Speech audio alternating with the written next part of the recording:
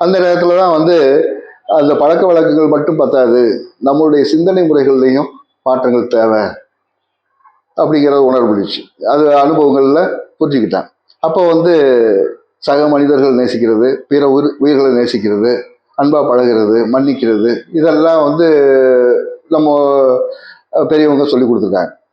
அது திருக்குறள்லேருந்து எல்லா ஔவையார் வரைக்கும் எல்லாருமே இந்த மாதிரி இயல்பான குணங்களோட வாழ்றதை பற்றி தான் சொல்லியிருந்தாங்க. முன்னாடிலாம் சின்ன வயசுல பார்த்துருக்கேன், பெரியவங்கெல்லாம் வயசானவங்கெல்லாம் ஒன்றும் இல்லை சும்மா சரியாயிரும் போயா அப்படின்னு சொல்லி அனுப்பிவிடுவாங்க. அவங்களுடைய நல்ல எண்ணங்கள் வந்து நோயை குணப்படுத்துறதை பார்த்தா, அது மாதிரி அந்த நல்ல எண்ணங்களை நம்ம எப்படி வளர்த்துக்கிறது அப்படின்னு பார்க்கும்போது, இந்த கோபம், வெறுப்பு, பயம், கவலை, பொறாமை, பேராசை, சுயநலம், அறியாமை, இதெல்லாம் வந்து நமக்கு சொந்தம் கிடையாது. இதெல்லாம் இந்த சமூகம் நம்ம மேலே திணிக்கிற ஒரு விஷயம்.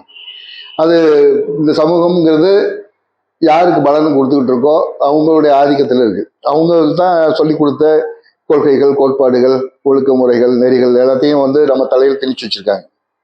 அவை தான் அதுக்கு அவங்க சொல்றதுக்கு நேர் எதிரான விளைவுகளை கொடுத்துக்கிட்டு இருக்கு. ஏன்னா நடைமுறையில் அது அவங்க வந்து மனிதர்கள் ஃபாலோ பண்ண முடியாத விஷயங்களை நெறிகளாக சொல்றாங்க. ஆனால் உண்மையில் அது நடைமுறையில் அது எதிரான விளைவுகளை தான் தருது. பொய்யான கற்பனைகளையும், தவறான சிந்தனைகளையும், தவறான போக்குகளையும் மக்கள்கிட்ட பரப்பிட்டாங்க. இப்போ தலைவர்கள் எல்லாம் கெட்டு போனது காரணம் இந்த தொண்டர்கள். தொண்டர்கள் இவ்வளோ மோசமாக இருக்கிறதுக்காக தலைவர் நீ ஒன்னால் நான் கேட்டேன், என்னால் நீ கேட்டேங்கிற நிலையில தான் காரியம் போயிட்டு இருக்க ஒழிய, யாரும் வந்து இயல்பாக உண்மையாக இருக்கிறது இல்லை.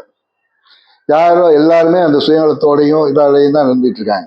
அதனால அது பெரியவங்க எவ்வளவோ சொல்லிக் கொடுத்த விஷயங்கள், எத்தனை புத்தர்கள் வந்தாலும் சரி, கண்ணன், கிருஷ்ணன், இந்த மாதிரி ஆட்கள், முகமது, ஜீசஸ், இப்படி எத்தனை பேர் வந்தோம், அது நடைமுறை இல்லை, நடைமுறை வாழ்க்கையில் பயன்படாமல் போகிறதுக்கு காரணம் என்னென்னா அதெல்லாம் நிறுவனம் ஆயிடுச்சு. அது அவங்க பிழைக்கிறதுக்கு தான் பார்க்குறாங்களே ஒழிய, அவங்க ஜீசஸ் எப்படி இருந்தாருன்னா அது நேரடியாக சொல்கிறது. அவர் எப்படி இறையை அணுகினாரு, மக்களை எப்படி அணுகிறாருன்னு சொல்லித்தரது கிடையாது. கிருஷ்ணா எவ்வளோ மகிழ்ச்சியாக கொண்டாட்டமாக இருந்தாருன்னு சொல்லிட்டு இவங்க சொல்லித்தரது கிடையாது. முகமதோட வாழ்க்கை இல்லை, அவர் ஃபாலோ பண்ண விதயங்களை வந்து எல்லாரும் ஃபாலோ பண்ணுறதில்ல.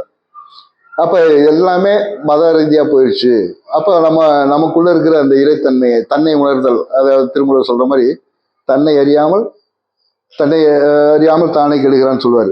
தன்னை அறியும் அறிவை அறிந்த பின் தன்னை அர்ச்சிக்க தானே அவர் சொல்றாரு அவர் பாடல்கள்.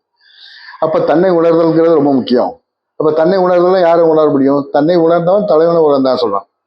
அப்போ தலைவன்னா நமக்குள்ள இருக்கிற அந்த இறைத்தன்மை, அந்த தனக்குள்ள இருக்கிற அந்த இறைத்தன்மையை உணர்ந்து, அதனுடைய இறை குணங்களை உணர்ந்து, அதுதான் நம்மளுடைய இயல்பான குணங்கிறத உணர்ந்து அதை மேம்படுத்தினோம்னா நிச்சயமா வந்து நம்ம ஆரோக்கியமாக வாழலாம், மன அமைதியோடு வாழலாம், எல்லா செல்வங்களும் நமக்கு கிடைக்கும், மகிழ்ச்சியா இருக்கலாம் அப்படிங்கிறத உணர முடிஞ்சு.